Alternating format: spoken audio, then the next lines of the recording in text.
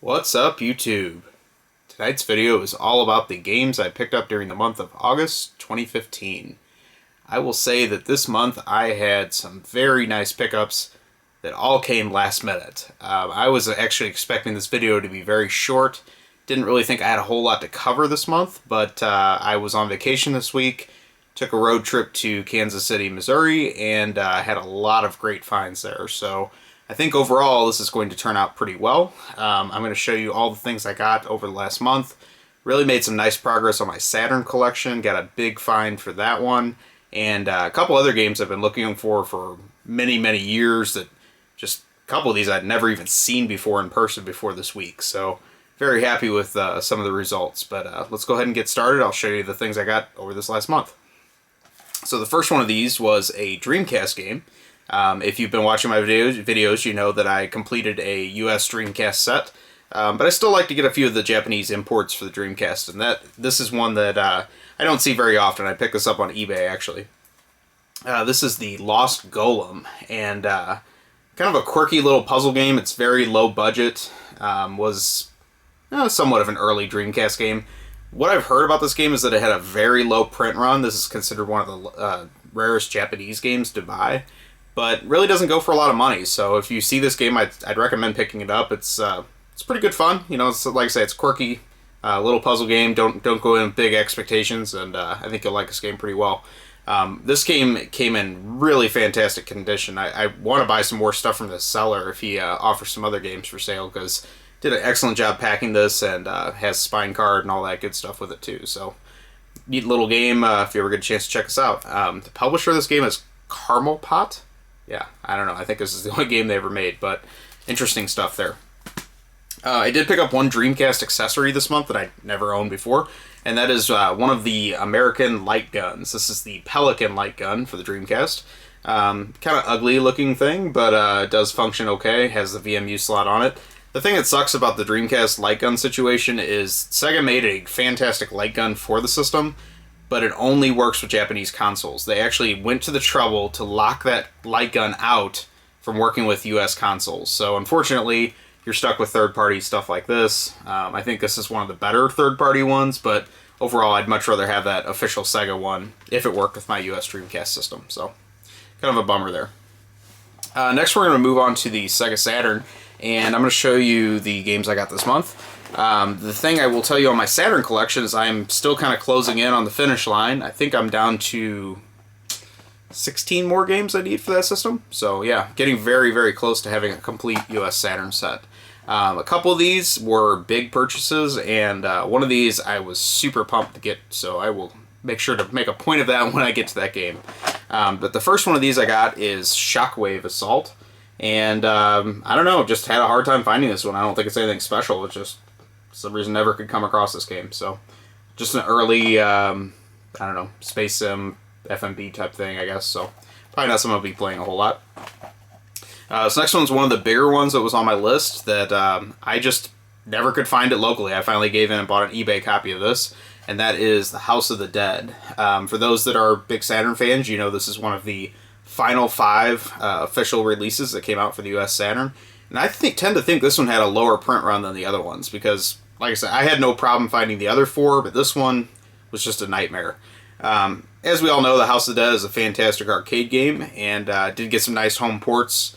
This one's not really one of those. The Sega Saturn US version, they even toned it down, and the blood in this one is green, compared to the Japanese version, which of course had red blood. So kind of a bummer they censored this one, but overall, I mean, it's the only way you're going to get a port of the original House of the Dead. All the other future console versions were focused on Part 2 and beyond. So, like I said, I guess I'm happy to have it. I mean, it's a big one out of my Dreamcast collection, or I'm sorry, out of my Saturn collection, but yeah, probably not one I'm going to play a whole lot. This next one's one that is a pretty common Sega Saturn game, just for some reason I never could find one locally, so that is Virtual On Cyber Troopers. I did play Virtual On the Dreamcast quite a bit, the sequel to this game. I haven't really played this one yet, but looking forward to trying it out. I know this one supports the 3D pad, so I think it'd be kind of cool to check out if it, functions any better with that. This game also supports the twin sticks, so if I ever was to get the Japanese twin sticks, that would be the the real best way to play this game. I think that simulates the arcade control that the arcade version had. So happy to get that off the list too. This next one is one that I didn't know was going to be such a chore to find this game, but it actually is very hard to get. There were 3 Mortal Kombat games that came out for the US Sega Saturn, and this one for some reason is way harder to find than any of the other ones. So that is Mortal Kombat Trilogy. This game's really creeping up in value a lot lately. I am not a Mortal Kombat fan at all, but I needed it just for the collection, so I kind of bit the bullet on this one and finally bought one. But yeah, just happy to get it off my list and be done with this one, because could never get a really cheap copy of this, unfortunately. Next one is one of the cheaper ones that I just, again, had a hard time finding, and that is Independence Day, based on the horrible movie that I actually saw in the theater when it came out. I did not like this movie at all. I think it was this major summer blockbuster that they put a ton of money and hype behind, and nobody really cared about it. So that being said, I really have no interest in trying the game because I hated the movie, so we'll just move on. This last one for Sega Saturn, as far as everything I got this month, this is my favorite find. This game I have probably seen in person once in my life, and I knew this was going to be an absolute bear to get for my Sega Saturn collection. I've been watching this game on eBay nonstop, trying to find one on there. There keeps being, some really crappy copies of it that pop up and have manuals that are torn up or cases that are just destroyed and things like that. Just really thought I was going to have to settle for a subpar copy of this, and I actually found this game in a store this month at a really good price. So I'm super pumped to get this off my list, and that is Winning Post for the Saturn. This is the first ever horse racing simulation to come to the US. I know now it's not that much of a novelty because there's quite a few on a lot of different systems, but at the time this was a big gamble to release this game in the US, and I guess Koei did not print very many of them accordingly, but overall, this one is in very, very nice shape. I'm really excited to get this off my list, and I actually might play this one. I'm kind of curious how this is, because I've never played any of the horse racing sim games, but they are very huge in Japan. There were actually multiple sequels for this game on the Saturn in Japan. I assume this is part 1 in the Japan. I don't know if it's, if it correlates directly, but very, very happy to find this game. I mean, it blew my mind to find this thing in a store. So I was actually, completely prepared to pay some stupid amount for this game on eBay just to get it. But yeah, this made my month right here. So very, very happy about that. I have one other thing to show you for the Sega Saturn this month. It is not a game, it's another accessory. And this is one accessory that I already had, but I found this one in perfect condition. So I just decided to get another one. I thought it'd be nice to have a set of 2. And that is the Hori Fighting Stick Sega Saturn. This is probably my favorite joystick that I've used on the Sega Saturn. It has a nice clicky Japanese style joystick on it. The buttons feel really good. The base of it is nice and solid. It's not overly heavy or anything like that, but it's a very, very nice joystick. I've used my other one for many, many years. And I got this one. I don't even think this thing has ever been played. I mean, it's got all the plastic. It's got a little cardboard surround for the joystick that is in the box. It just looks like it's not even been touched. The other thing I thought was interesting about this is I thought these were Japanese only, but this box that this one is in is completely different than my other box. My other box is a black box and different graphics and everything like that. So maybe these did have some distribution in the US. I really don't know, but yeah, very happy to find this. I mean, I got this really cheap, and I think I'm just going to hang on to it. I think it'd be nice just to have a backup if somebody wants to play some of the fighters for Saturn. We can, both use the joysticks and have the same nice quality joystick. So, very happy to get that too. All right, so we'll continue with Sega systems. I got one game to show you for the Sega Game Gear, and that is Chase HQ by Taito, of course. It has a Ferrari Testarossa on it, so I'm very partial to this. But this is one of the many, many systems that Chase HQ got ported to. You can play that on just about anything of the 90s era systems. So I'm sure it's a decent game. I haven't played the Game Gear version of it, but we'll see how it is. Next we'll move on to some Genesis games, and some of these are new to my collection. Some of these are upgrades to either complete or boxed. So I'll go over that as we go through these. This first game I don't know anything about. I just know I found it very cheap this month. and that is Red Zone. This is one of the later releases, but not completely toward the end of the line. So it still has the hardshell case, but they had switched to the black and white manuals when this one was made. So, you know, whatever. I mean, it's not a real high quality production overall, but I don't know anything about this game, so I'm not going to talk about it too much more. The next one, though, is one that I was looking for the Genesis. I haven't owned this one yet. This game is really hard to find complete. I keep finding box copies of it, loose copies. I just very rarely see this game complete. And this one's in very nice shape. But that is Fatal Fury 2, which is, of course, a port of the SNK Neo Geo fighting game. So, yeah, I don't know. All these Takara games that came out for the Sega Genesis seem to be pretty rare. I don't see a whole lot of these. Especially in nice complete condition. So, very happy to get that. This next one is an upgrade. This is also a complete game, and that is Dashin' Desperados. Very cool game by Data East. I think it was an arcade game originally. It's split screen, even in single player mode, so it's a kind of unique game in that. Basically, it's just a race to the finish. There's a whole bunch of obstacles in the way, and you just try to beat a second player, or you try to beat the computer, depending on which mode you play. So, has this neat claymation cover to it, so I thought it would be a cool box to add to the collection. So, yeah, very nice to get an upgrade to that one. This next one is another Sega arcade game that I did not own before, and that is G-Lock Air Battle. So, probably a little too flight simmy for my taste, I would think, but I don't know. I'll give it a shot, see how it is. It has nice Sega arcade style graphics to it at least, so it's got that going for it. This next one's a game I've owned for probably 15 years, but I never had a manual for it, so I finally upgraded to a complete copy of that, and that is one of my Sega Genesis favorites, Gunstar Heroes.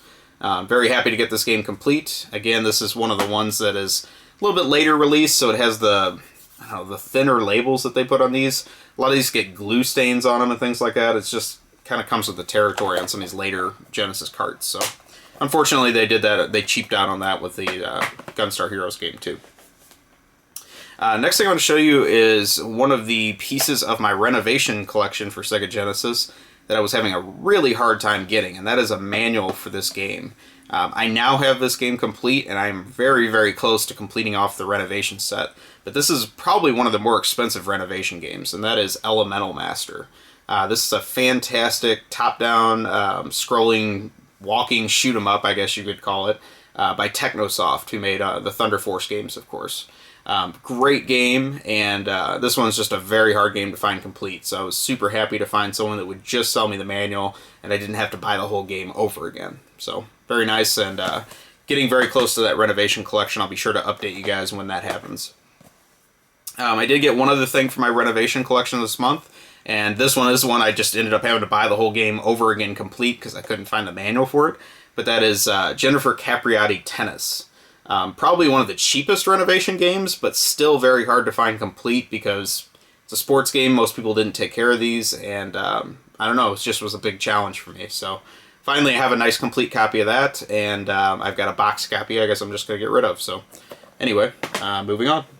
And then one last game for the Sega Genesis I got this month. This one is also complete, and that is Virtua Racing. And if you've never seen this cartridge before, it has a very unique design to it that no other Genesis cartridge has, because it has the SVP chip in it, they call it. Yeah, whatever. I mean, it makes a decent facsimile of 32-bit 3D graphics for the Genesis, but not really a game you're going to play a whole lot. So, plus you can get it on the Saturn, and I think even the Saturn version is better and probably even cheaper. So, anyway, but neat to have this just because it's kind of a piece of history as far as the weird technology that went into this game, and then Sega never used it again. So, I don't know if anything else was planned to use that chip, but I thought it was kind of cool. That is all for the Sega systems this month. So next I'm going to move on to Sony systems. I did have a really good month with PS1 games. I actually got a lot of PS1 games I've been looking for a long time, and a couple that I had never seen before in person. So we'll go ahead and get started with those. The first one of these is Shadow Madness, and this is a 3-disc game.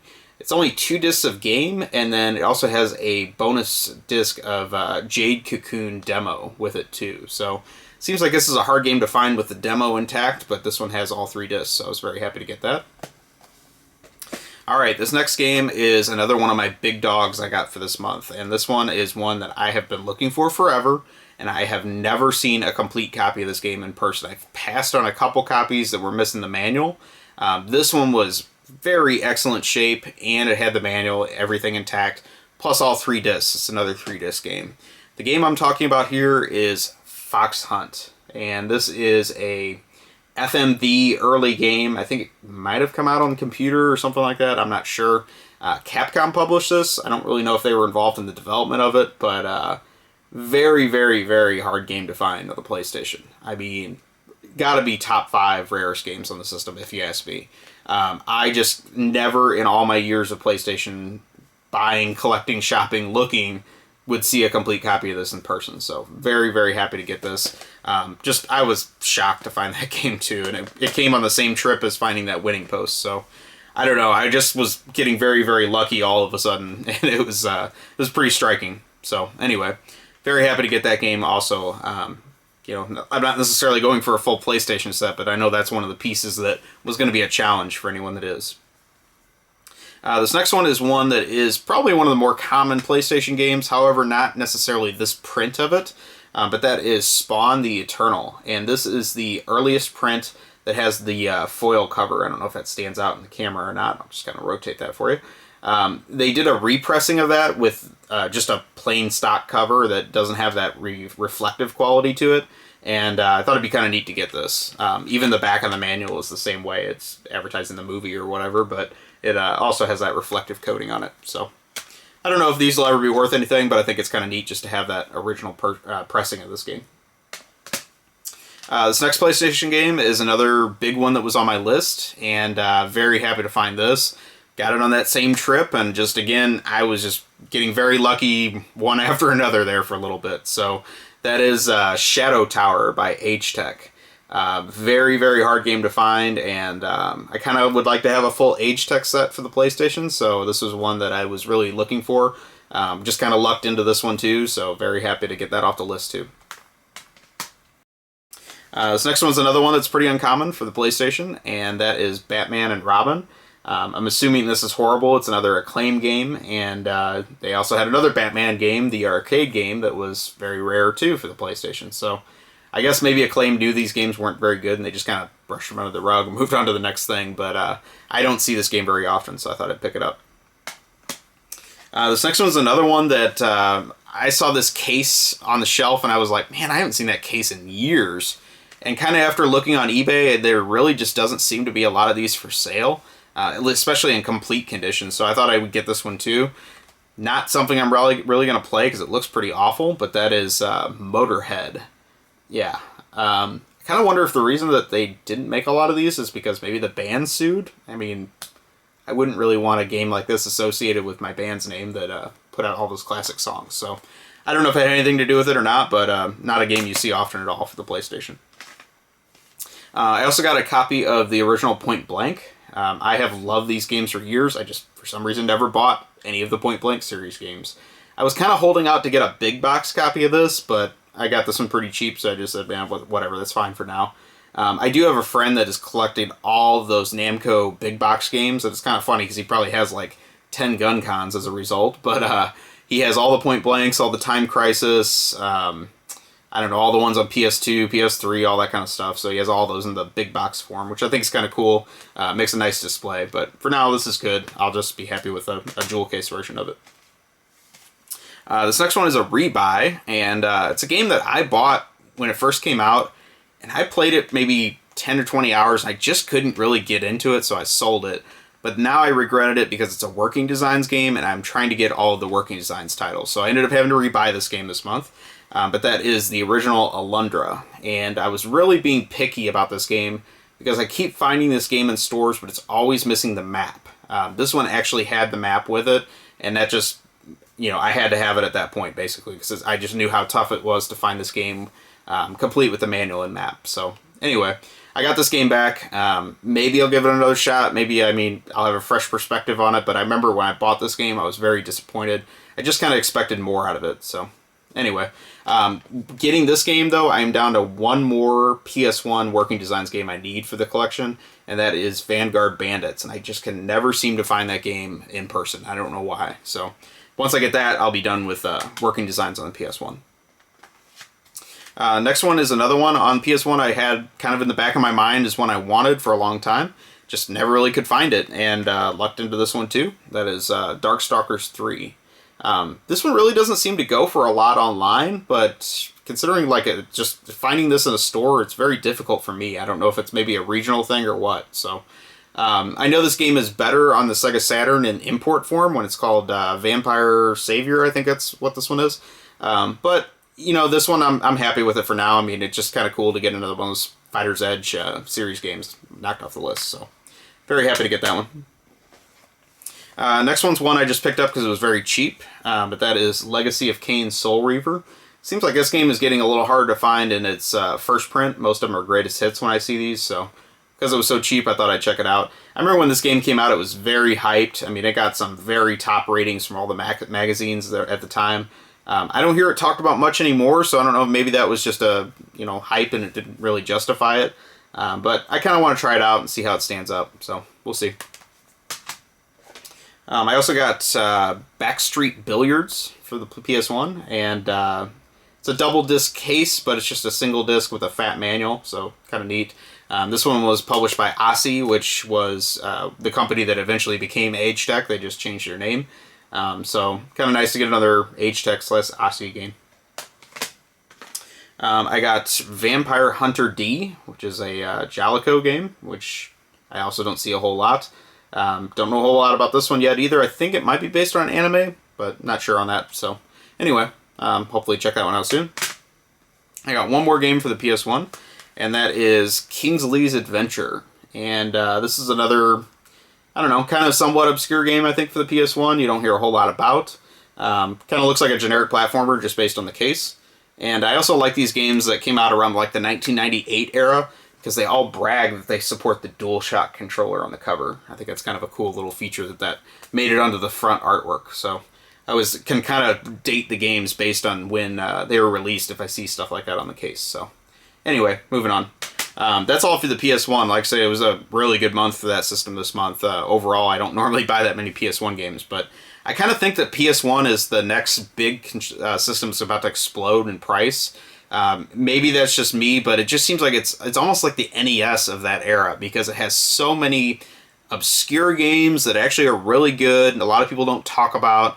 And just as some of the rarities starting to sort itself out still with that generation, I think that's where you're going to start to see the prices climb. So I don't know. That's just my take on it. Maybe you have your own views on PS1, but I think it's kind of a cool system to collect for. So anyway, let's move on to the PS2. So I only got a few games for PS2. The first one, I'm probably going to butcher the pronunciation of that one, but it is an Atlas game. And I'm going to call this Suganai, I believe is how you would say that, Atonement.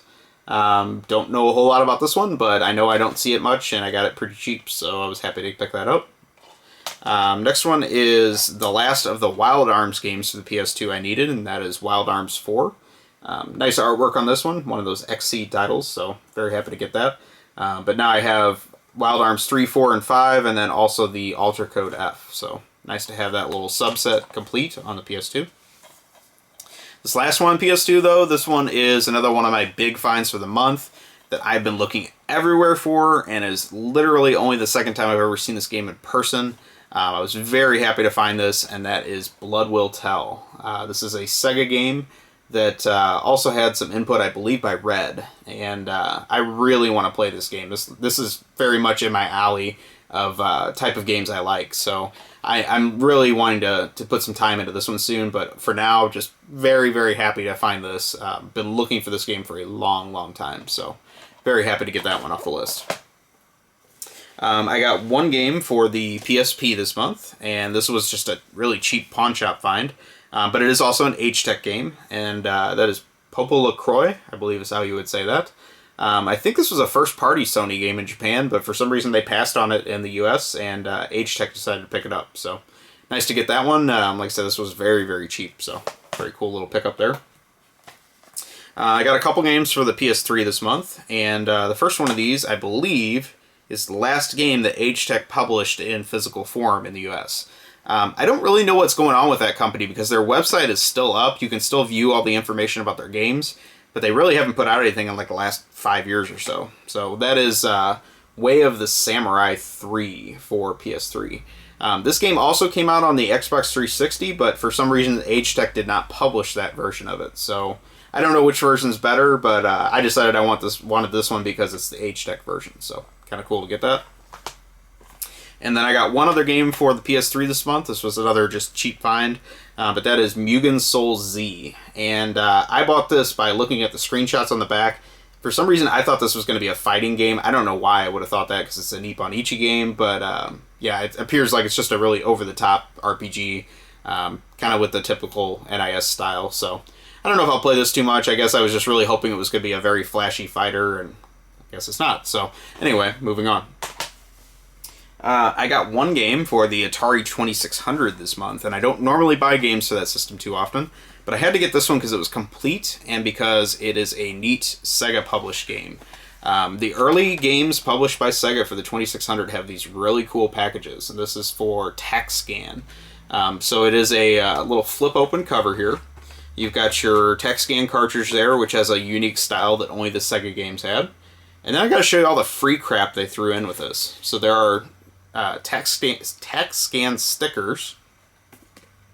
There is more stickers, and this is a performance tracking sheet. So whenever you reach one of these score achievements, you can put a little sticker on it and then send it in, and then Sega would send you some free stuff back in the day.